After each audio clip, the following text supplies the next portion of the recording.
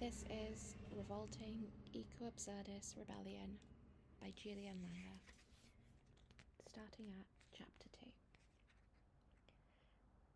The banality of negativity is something that I see within the posturing of edgy nihilists and those who seek to push negativity and negation as the basis of praxis rebels, activists and revolters. That the leftist reaction to the Kaczynski-inspired eco-extremist ideology and project individuals tending towards savagery, ITS, was one of shock and horror amazes me to this day. Bombings and indiscriminate killing are sadly very normal within this culture and have been embraced often and readily by Marxist-type leftist projects. That the push by leftists was to seek to negate eco-extremism from the conversation struck me as reactive and not helpful in the revolt against the machinery of negation. The eco-extremist project is banal, boring, and unoriginal. It is little more than pernicious do-goodism. The posture of immoralism works on the same level as the Satanist God is bad, and like Satanists, seek to do the good work of boring and banal negativity. Another example of a thoroughly boring and unoriginal nihilism can be found in the writings and praxis of Flower Bomb, whose nihilism amounts to little more than vegan ethical consumerism. In a context where veganism is being mass-marketed, advertised and spectacularized to the point of being utterly revolting, I see little to nothing of authentic and sincere rebellion in the praxis advocated by Flower Bomb. They make the claim that vegan means attack in their essay with that as the title, while in no way even suggesting how being vegan attacks anything. Given the dehabitation, rampant use of pesticides and other forms of cull negativity all still occur within the context of industrial vegan food production, I fail to see how veganism by itself signifies anything like sincere and authentic anti-speciesism as Flower Bomb advances. Like eco-extremism, Flower Bomb's nihilism is boring, unoriginal leftism, though more liberal and less Marxian. Their puritanical moralistic appeals merely point to doing the good work. Chapter 3. Living amidst the banality of goodness and negation and good negativity and not becoming assimilated requires a praxis of differentiation, rebellion and responsibility. My rebellion against this banality is one of revolting positivity, positivity in revolt, absurd and rebellious life affirmation. Revolting positivity is revolting in the sense that it is disgusting, grotesque and unappealing, and it is revolting in the sense that it is rebellious, refusing and non-conformist. As positivity in revolt, this practice involves a refusal to embrace the toxic negativity that is often framed as positive thinking within this culture. The just keep smiling refusal to affirm what is deeply and painfully uncomfortable. To say that we are living in a mass extinction event and a totalitarian death camp is to positively affirm a revolting presence in the world. It is not negative to say that the situation is worsening. Saying it is worsening is to say, yes, it is worsening, with yes saying being positive affirmation. The automatic response to the revolting positivist affirmation that the situation appears extremely dire is frequently that of, not always in these words, nah, it's all good, type toxic negativity. This is the general response of individuals who embrace politically optimistic ideologies like progressivism, Marxism, transhumanism, and neo-fascism. Revolting positivity is politically pessimistic, inauthentic, and sincere. anti-cull rebellion, and guerrilla gardening are practices of revolting positivity. They are revolting to those who see badgers, squirrels, boar, wildflowers, and other living beings as pests and weeds that need to be annihilated/negated. They are revolting practices in that they are a rebellion that affirms the lives of the living and seeks to encourage life. Revolt, in this sense, is both political and existential. Politically, revolting positivity is a refusal to conform to the narratives of banal negativity. Existentially, revolting positivity is an affirmation of life and commitment to the preservation of life, with an awareness of the absurdity of this endeavour, as death is inevitable, like gravity is invariant. As an absurd act of life affirmation, any activity that is a refusal to conform to the systems of this death culture is revolting positivity. Revolting positivity offers flavours that are a mixture from sad disappointment into bitter anger, that in turn passes into something playful and sweet. Like eating a wild food that did not taste quite as delicious as you'd anticipated, revolting positivity is sadly disappointing at first. You then experience an anger that it does not taste as delicious as you'd have hoped, and there are not more tasty wild foods where you live. Finally, as you're chewing and starting to enjoy the flavours in your mouth, revolting positivity becomes sweet and enjoyable. It is saddening and angering that wolves and bears and other large predators were culled to extinction on this archipelago, with badgers being the largest wild predators left. There is also a sweetness about the presence of badgers. When I think of this archipelago as having been covered in rainforest, I taste sadness and bitter anger for the deforestation and dehabitation. I experience this as revolt. Then, when I see wildflowers and plants called weeds, whose lives are revolt and rebellion before this culture, I taste the sweetness of revolting positive affirmation. The flowers and weeds are not rainforest, but are a presence of resurgent rebellion and resistance, which brings me joy. The intense heat of the past few summers have rendered me tasting the sadness and anger of revolt towards this techno-industrial agricultural machinery that has birthed global warming.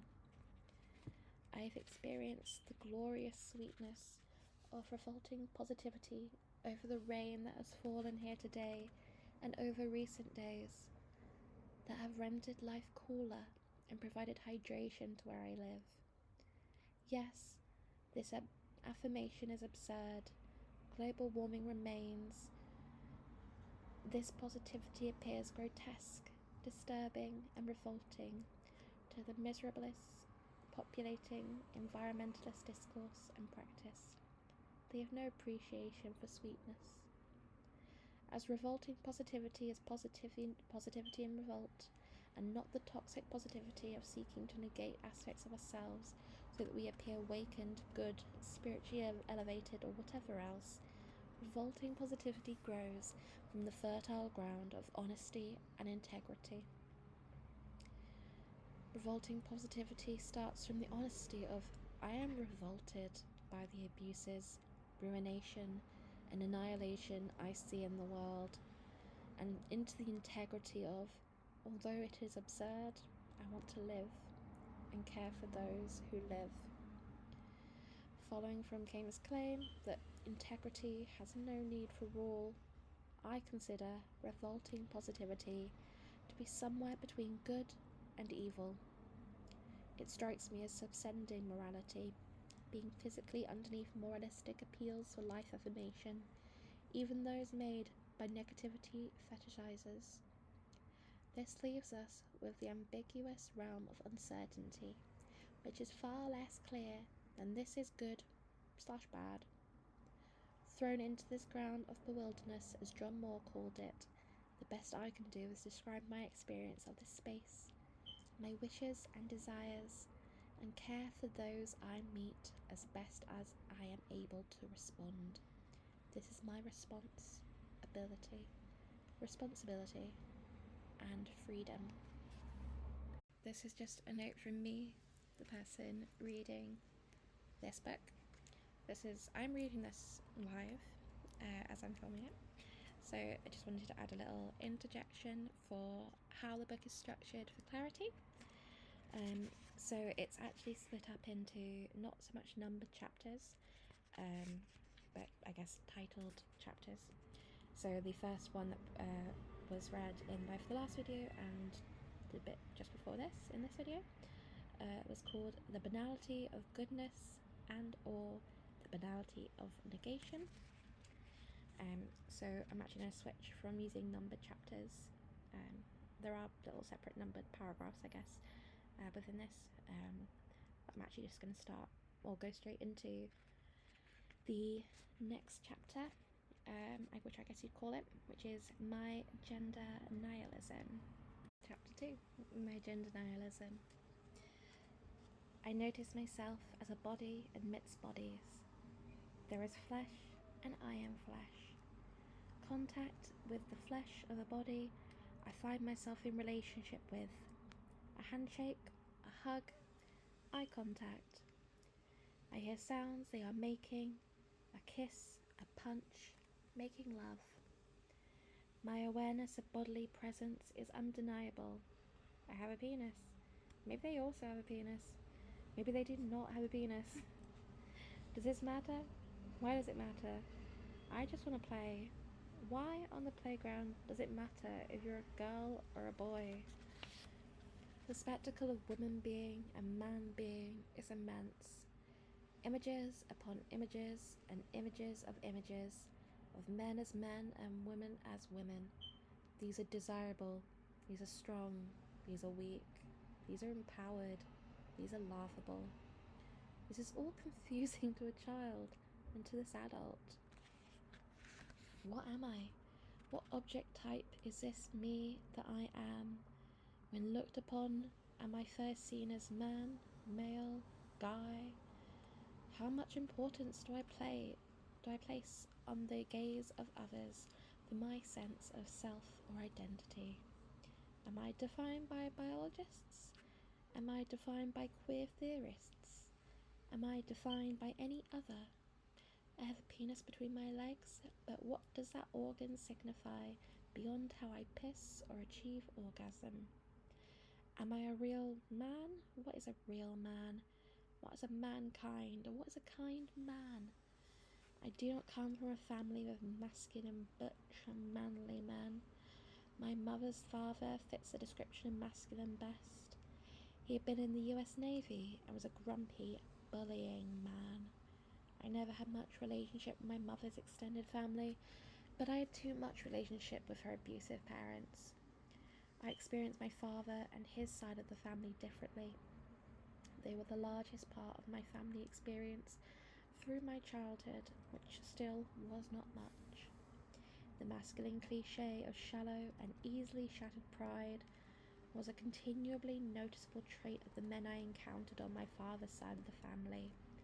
While much of my anti-patriarchy education and study has intensified my dislike for the socially normative concept of man, I am also aware that my experiences of men within my family were fertile soil for these feelings to grow.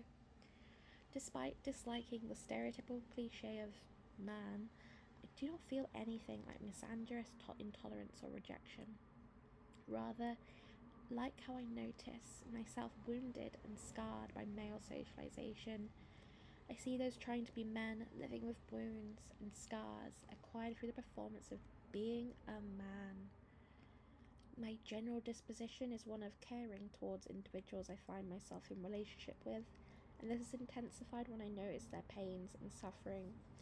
This coming in no small part from the intense pains and terrible sufferings I have experienced throughout my life.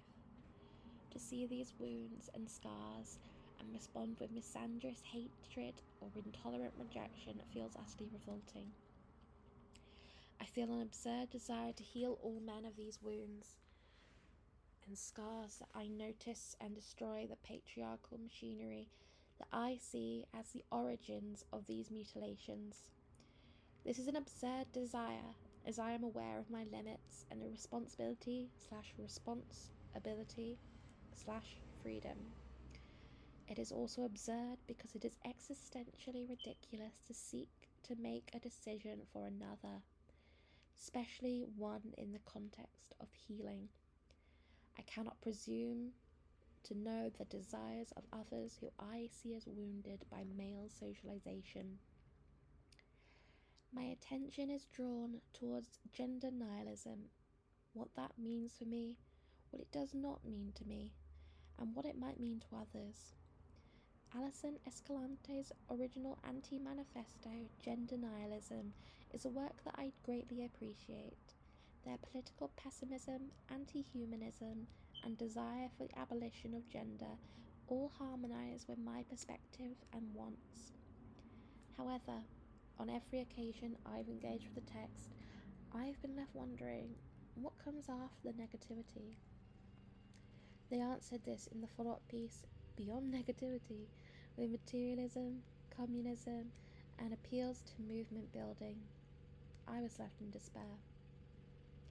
The Beyond Negativity of the original essay was seemingly nothing more than the banal negativity of Marxist political systematizing, a great purge before a cultural revolution.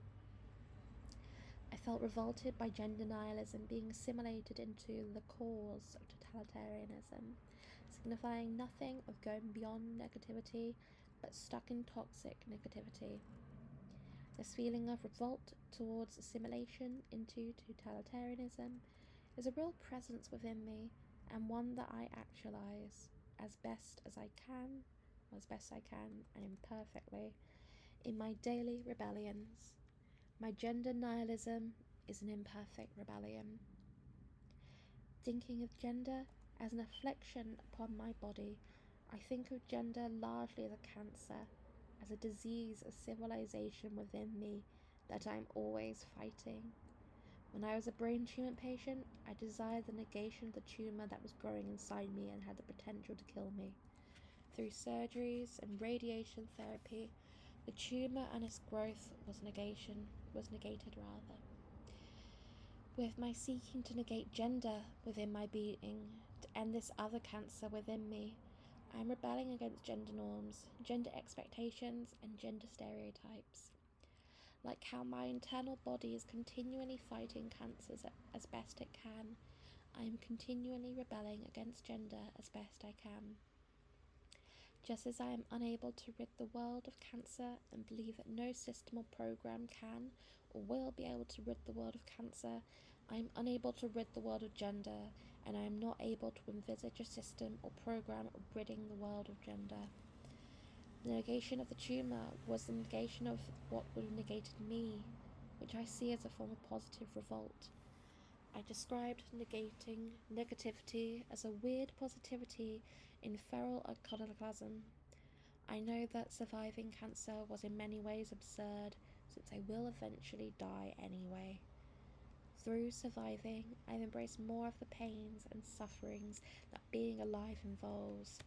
I see my gender nihilism as an absurdist praxis, as I know for all my rebelling in an attempt to non-conform, I will still be gendered and experience the pains and suffering that involves.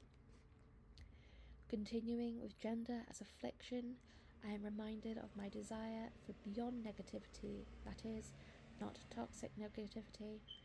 When I was recovering from cancer treatment, beyond negativity was the wonderful healing folk anarchy of loving relationships, music, light exercise, self-empowerment through rewilding, and ultimately healing.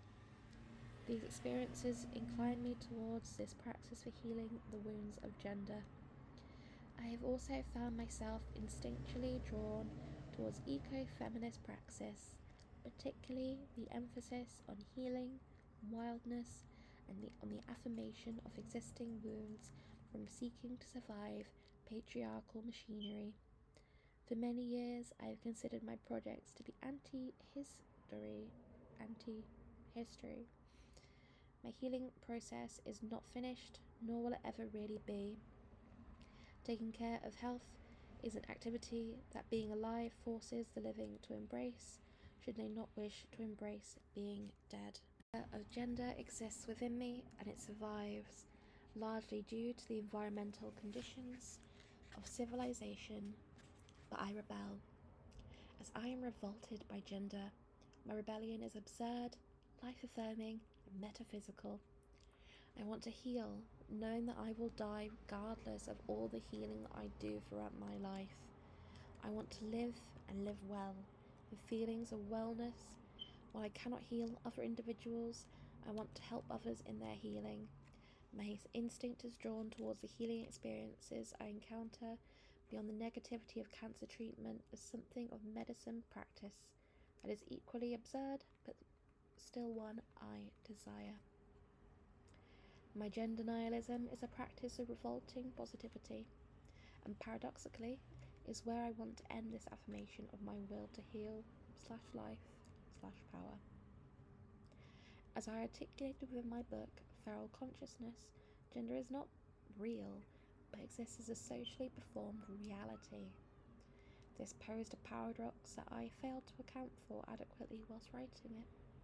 This paradox is one that I feel the Maya paradox inframes well. Gender is not real, but exists as a reality, which is not real, but nevertheless exists. Thinking about this within the context of cancer, the brain tumour that existed within me existed, but was not a real part of me, as it was a corrupted and mutated thing, born from the environmental conditions of civilization.